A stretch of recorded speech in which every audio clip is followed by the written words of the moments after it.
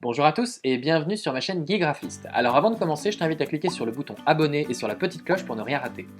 Merci à vous tous de me suivre et de me faire confiance. Ça fait chaud au cœur et je vais tâcher de ne pas vous décevoir.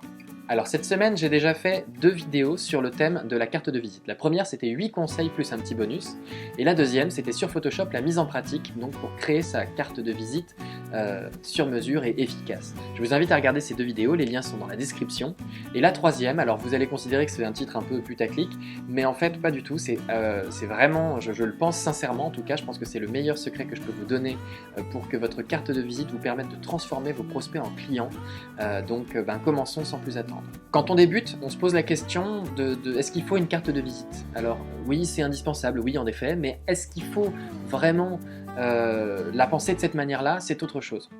On va donc, quand on débute, on va chercher le contenu pour sa carte. Après, on va se dire, est-ce qu'il faut être original? Alors oui, il faut l'être, mais en même temps, il ne faut pas trop l'être, parce qu'il ne faudrait pas faire peur à votre client.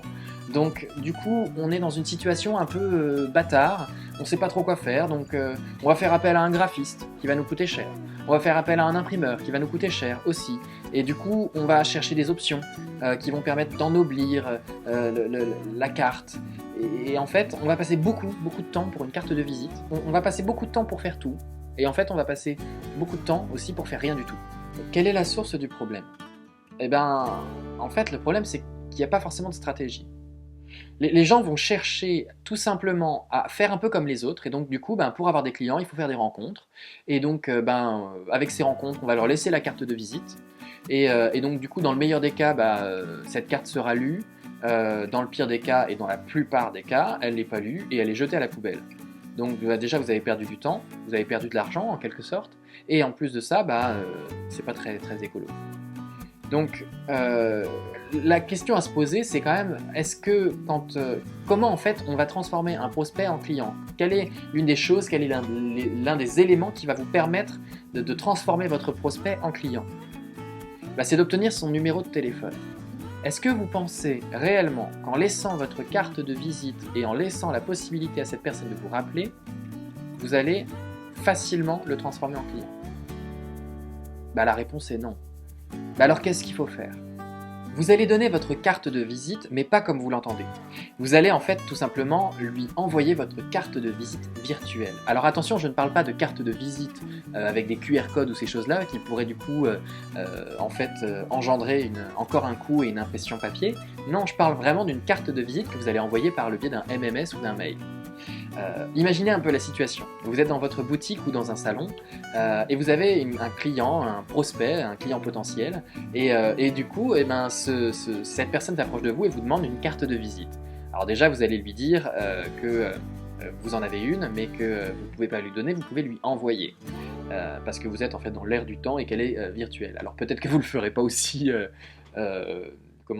aussi hautain avec un œil de verre, non, mais plutôt avec, avec votre personnalité tout simplement. Donc, du coup, vous allez lui dire que vous pouvez lui envoyer. Donc là, le client, il n'est pas complètement fou. Et il va vous faire gagner du temps. Donc, il va savoir qu'il va falloir donner un mail ou un téléphone.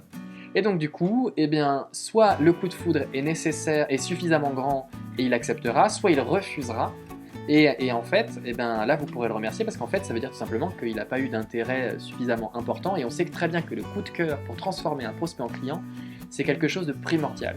Donc du coup, vous pouvez le remercier parce qu'en fait tout simplement, il n'a pas eu de coup de foudre nécessaire pour ça, le coup de foudre suffisant.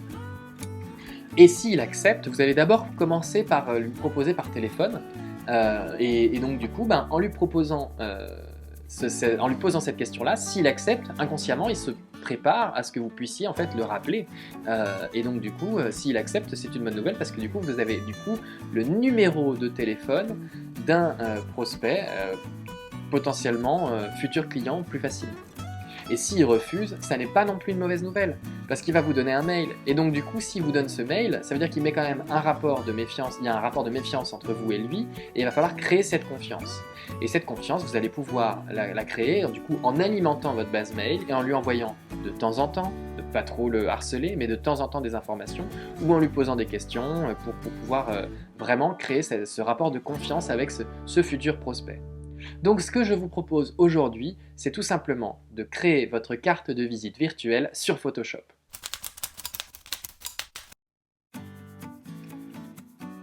On va donc commencer par tout simplement déterminer le contenu de notre carte de visite virtuelle. Alors pour éviter de rabâcher pour tous ceux qui ont déjà vu mes vidéos, eh ben, j'invite les autres à regarder mes 2 premières vidéos.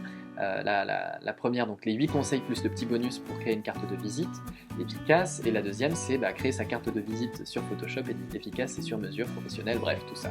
Moi je vais donc vous indiquer les informations que je vais mettre dans ma carte de visite virtuelle professionnelle, mais ce qui va donc concerner ma société par rapport à ce que moi je considère d'important pour ma société. Donc je vais y mettre le nom de la société, e-graphiste, le logo, le slogan, apprendre le graphisme en déconnant. Je vais y mettre aussi mon nom, je vais mettre aussi ma fonction, youtubeur et graphiste. Je vais mettre comment me contacter, c'est-à-dire sur les réseaux sociaux, et du coup, comment aussi voir mon travail, et ça va être sur geegraphiste.fr.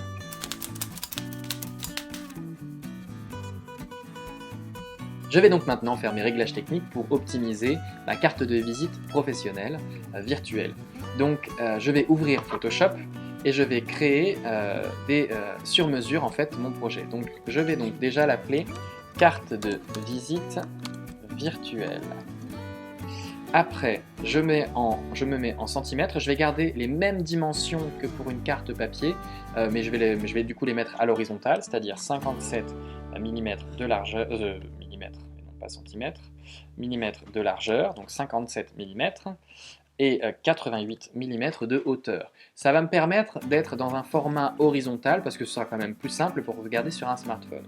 En résolution, je me mets en 300 dpp, pixels par pouce, et je ne me mets pas en CMJN comme je l'aurais fait pour de l'impression, mais je me mets en RVB pour de la diffusion sur des écrans. Je peux garder du 8 bits, et plus j'augmente le nombre de bits, et plus je vais avoir des couleurs différentes. Et je clique sur Créer. Une fois que j'ai fait ça, je peux commencer la mise en page de ma carte de visite.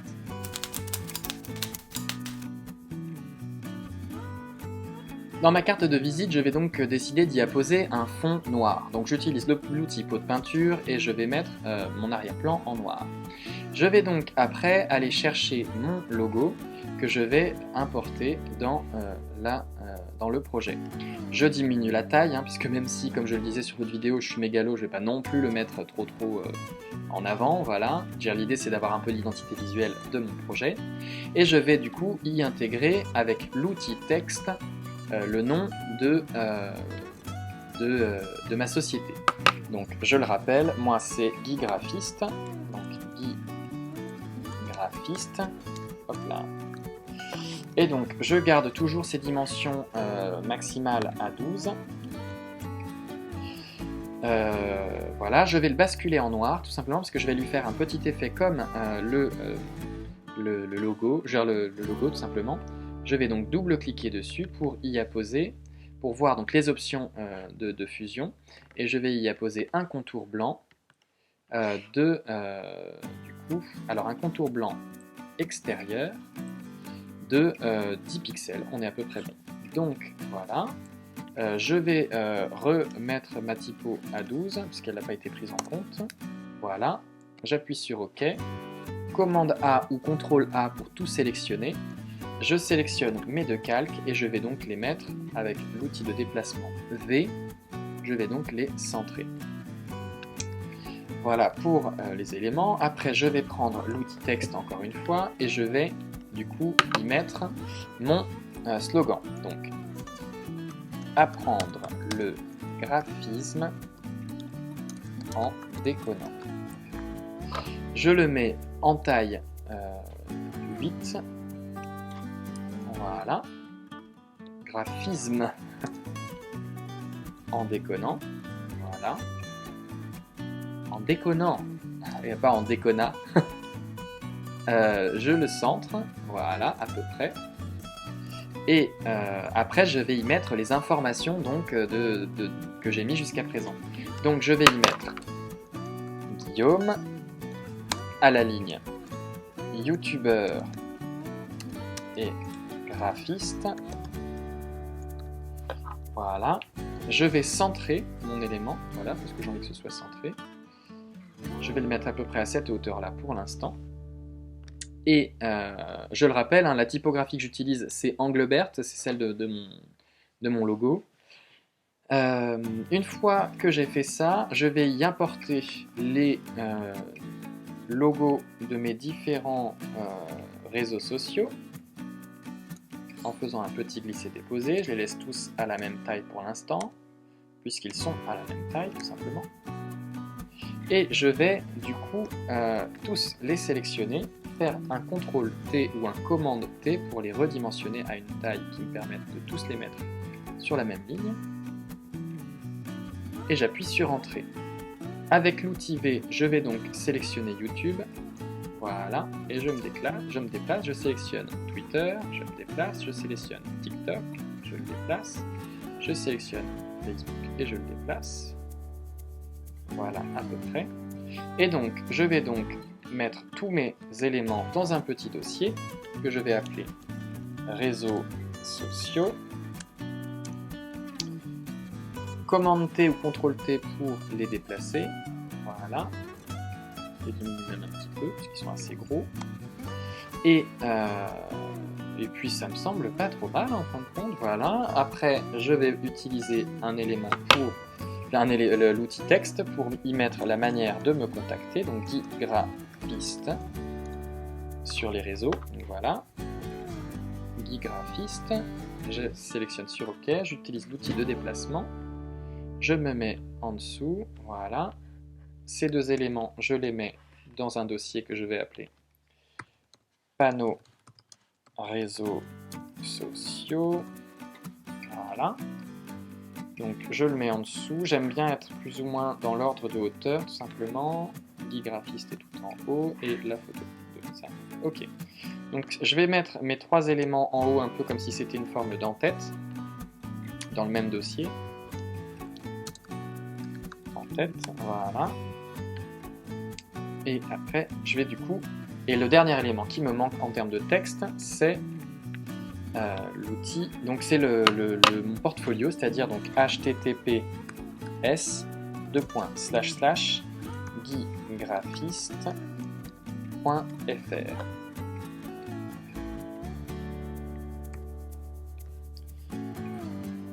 Alors, voilà, donc je vais le mettre un peu, voilà, après je vais sélectionner tous mes calques, donc je clique sur celui d'en dessous, je maintiens Shift enfoncé, je clique sur celui du dessus, je vais donc faire un commande A ou CTRL A selon votre machine, et je vais donc tout centrer.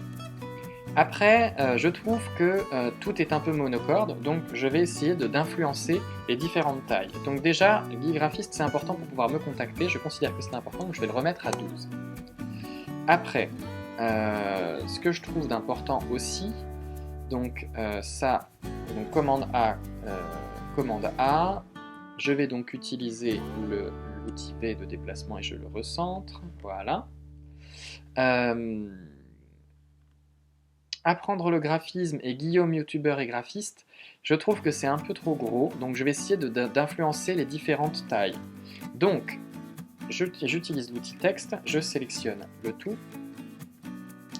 Je vais donc mettre celui-ci à 9, parce que je considère que c'est plus important que ça, que je vais mettre à 7.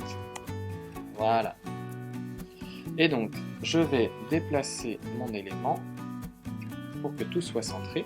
J'appuie sur tout, commande A ou CTRL A, outil de déplacement, je centre. Et l'autre élément que je peux encore diminuer en termes de taille, c'est celui-ci que je vais mettre à 7 pixels. Je ne sais pas comment c'est, dpt, je pense que ça doit être 7 points, tout simplement.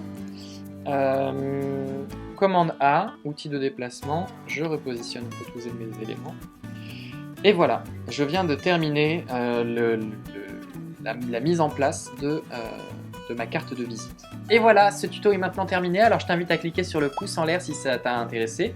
N'hésite pas à le faire, ça me permettrait d'augmenter la visibilité de la vidéo et ça serait un très beau cadeau. Si ça t'intéresse, je peux faire un tuto pour créer une carte de visite virtuelle sur InDesign. Ça permettrait tout simplement de faire des liens hypertextes sur ton site internet ou sur tes contacts qui permettraient à ton client, rien qu'en cliquant, en fait, d'être orienté vers le site internet ou pour te contacter. Donc si ça t'intéresse, laisse un commentaire en dessous de cette vidéo. Et moi je te dis à très bientôt sur les réseaux, Guy Graphiste, ou pour de nouvelles vidéos.